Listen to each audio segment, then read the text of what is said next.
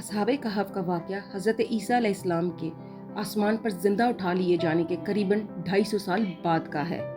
اس وقت رومی بادشاہ حکمران دقیانوس تھا، جو کہ لوگوں کو دین الہی سے ہٹا کر بت پرستی کی طرف مائل کرتا اور انکار پر لوگوں کو اذیتناک موت دیتا۔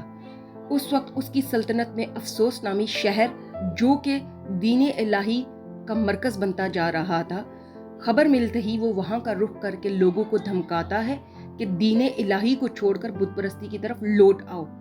انکار کرنے والوں کو قید کر کے اذیتناک موت دی جاتی ہے اور کمزور ایمان والے لوگ ایمان چھوڑ کر بت پرستی کی طرف واپس آ جاتے ہیں۔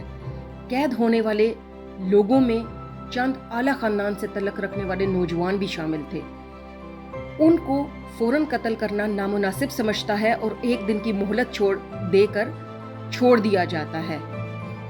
وہ نوجوان جن کا روایات میں کہیں 3، کہیں 5 اور کہیں 7 کا ذکر ملتا ہے، آپس میں صلاح مشورہ کرتے ہیں کہ وہ شہر چھوڑ کر پہاڑیوں کی طرف غار میں پناہ لیں گے اور حالات بہتر ہونے پر شہر واپس آ جائیں گے۔ راستے میں انہیں ایک بزرگ چرواہا ملتا ہے جس کے ساتھ ان کا کتا بھی ہوتا ہے۔ روایات میں اس کتے کا ذکر قطمیر نام سے ہے۔ آپس میں مشورہ کرنے کے بعد وہ ایک بڑے غار میں پناہ لے لیتے ہیں اور وہیں عبادت الہی میں مشغول ہو جاتے ہیں اور خدا کے حکم سے انہیں وہیں نیند آ جاتی ہے۔ سارے نوجوان جب ادھر ادھر لیٹ کر سو گئے تو ان کا کتا غار کے دہانے پر یوں دراز ہو گیا کہ اس کا منہ غار کی بالکل سامنے تھا اور یوں معلوم ہوتا تھا جیسے کہ وہ غار کی رکھوالی کر رہا ہو۔ اگلے روز دربار لگا تو ان نوجوان لڑکوں کے بارے میں پوچھا گیا اور ان کے بارے میں یہی اطلاع ملی کہ ہم کو کوئی خبر نہیں۔ گھر والوں سے ان کی بابت پوچھا گیا تو بھی جواب انکار میں تھا۔ خدا کے حکم سے وہ نوجوان اس غار میں سوتے رہے۔ دن گزرتے گئے۔ سال بھر بعد دقیانوس ایک جنگ میں مارا گیا۔ خدا کے دین کی مقبولیت میں روز بروز اضافہ ہوتا رہا۔ لوگ بت پرستی چھوڑ کر صرف ایک خدا کو ماننے لگے اور پورا علاقہ بت پرستی سے پاک ہو گیا۔ غار والے سوتے رہے اور اسی حالت میں ان کو 300 سال گزر گئے۔ کسی نے ان کی نیند میں خلل انداز ہونے کی کوشش نہ کی اور کوئی بھولا بھٹکا اگر اس غار کی طرف آ بھی نکلتا تو غار کے دہانے پر کتے کو رکھوالی کرتا دیکھ کر اندر داخل ہونے کی کوشش نہ کرتا۔ لوگ انہیں بھول چکے تھے اور دقیانوس کا ظلم و ستم بھی ماضی کی تلخ یادوں کا اب حصہ بن چکا تھا۔ اب وقت آ گیا تھا کہ اللہ تعالیٰ اس معجزے کو دنیا والوں کے سامنے ظاہر کر دے۔ چنانچہ خدا کے حکم کے مطابق ایک روز غار والوں کی آنکھ کھل گئی۔ اٹھنے پر ان کی کیفیت ویسی ہی تھی جیسے کہ رات بھر یا دن بھر سو کر اٹھنے والوں کی ہوتی ہے۔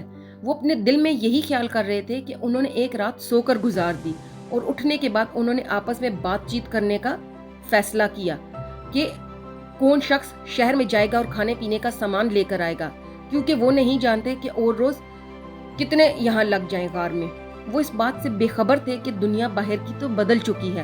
منصوبے کے مطابق ایک شخص نوجوان شہر کی طرف واپس جاتا ہے اور وہاں کا منظر بدلا ہوا دیکھتا ہے۔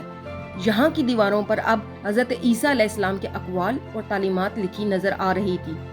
وہ بہت حیران ہوا۔ اسے لگا جیسے وہ راستہ بھول کر کسی اور شہر آ گیا، لیکن پاس گزرتے شخص سے شہر کا نام پوچھا تو پتا چلا یہ تو اس کا اپنا شہر ہے۔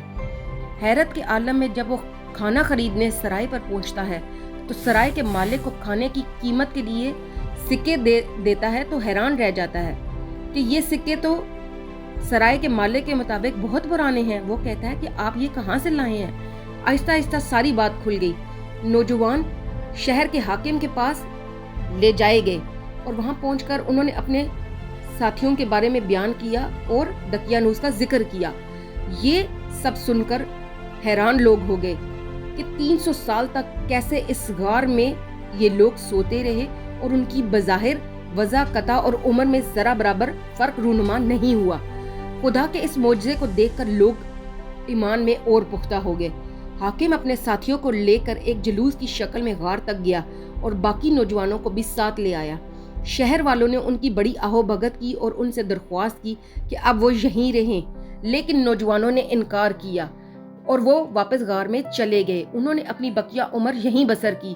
ان کی وفات کے بعد لوگوں نے ان کی یاد میں ایک عبادت گاہ تعمیر کر دی۔ کئی شخص 300 سال تک سوتے رہے اور بعد ازاں ان کا اسی حالت میں جاگنا اور ان کی جسمانی اور ذہنی کیفیت میں ذرا برابر تبدیلی نہ آئی ہو، بظاہر یہ ناممکن بات لگتی ہے، لیکن ہم سب کو یہ یاد رکھنا چاہیے یہ بات اللہ کے معجزوں کی ہو تو ہر ناممکن چیز بھی ممکن ہو سکتی ہے۔ غار والوں کے قصے میں یہی سبق پوشیدہ ہے کہ جب کوئی اللہ کی ذات اور صفات پر کامل ایمان لے آتا ہے تو اللہ اس کے لیے ناممکن کو بھی ممکن بنا